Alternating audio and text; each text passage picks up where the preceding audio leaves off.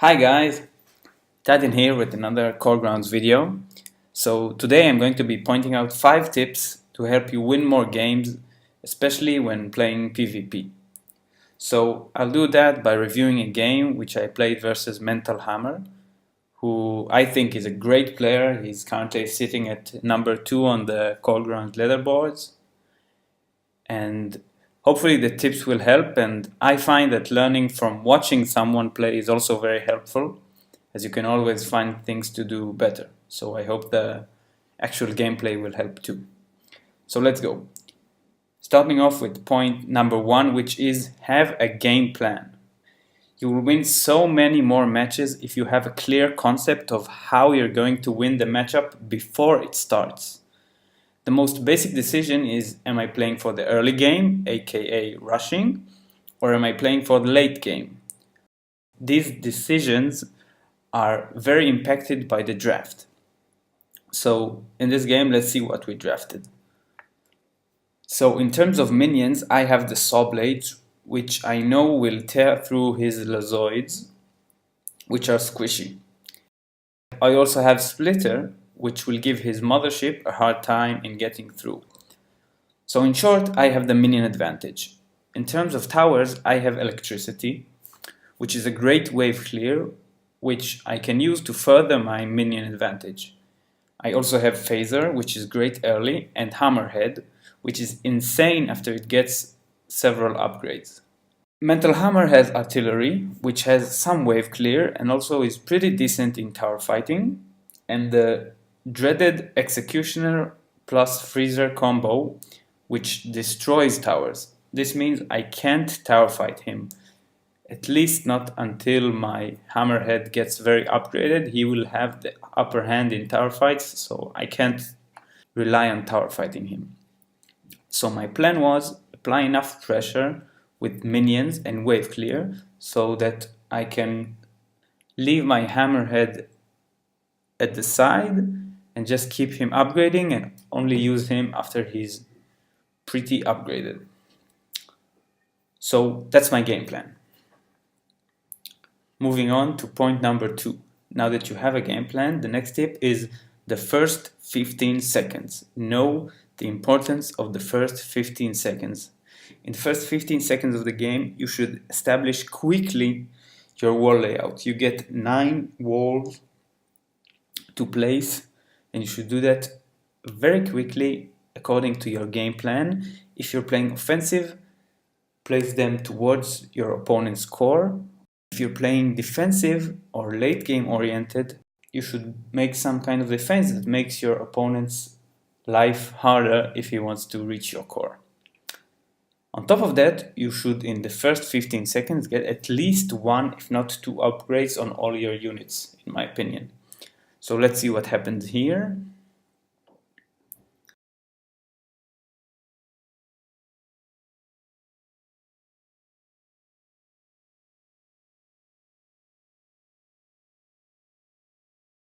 Game time, we have the initial 9 walls placed plus 2 more and 2 upgrades on all our units on the way. Point number 3 is walls, walls, walls. Even though walls don't do damage and they don't destroy minions or damage your opponent's core, in my opinion they are the most impactful element of the game, no doubt. Walls give your towers movement room, they give you vision, and each wall you place gives you more options for your next walls, as you can only place walls in distance of 2 tiles from another wall. This means that the more walls you have a better ability to react and be offensive or defensive based on your current placement.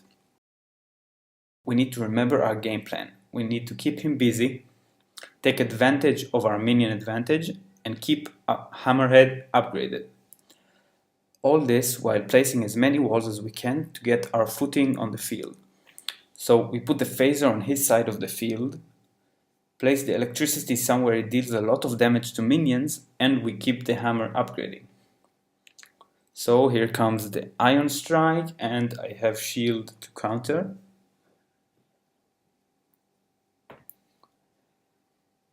Moving on. Pressure points. Coregrounds has really significant fluctuations in pressure, and sometimes noticing when you can make an aggressive play will really pay off. A lot of times I see players stalling and the games become really long. You should know when you can make an aggressive play and go for it. Here we see that our minions collided, and I have a much stronger wall positioning throughout the path of the minions.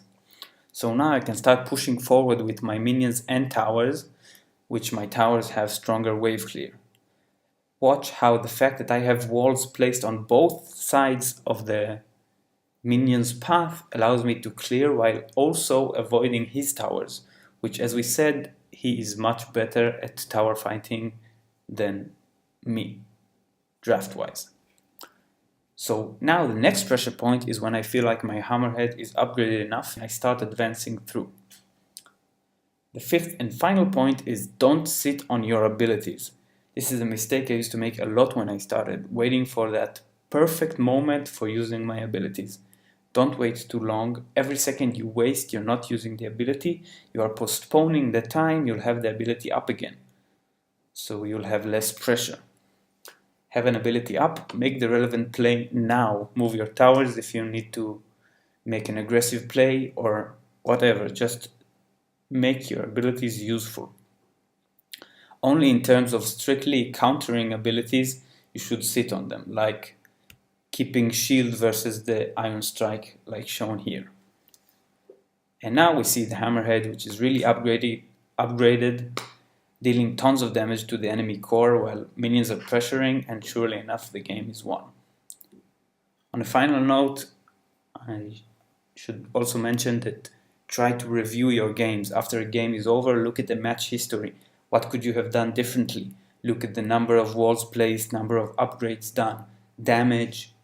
This will really help you draft better and maybe for the next games develop a better game plan on how to deal with certain things. That's it. Hope you enjoyed it and see you on the Coregrounds.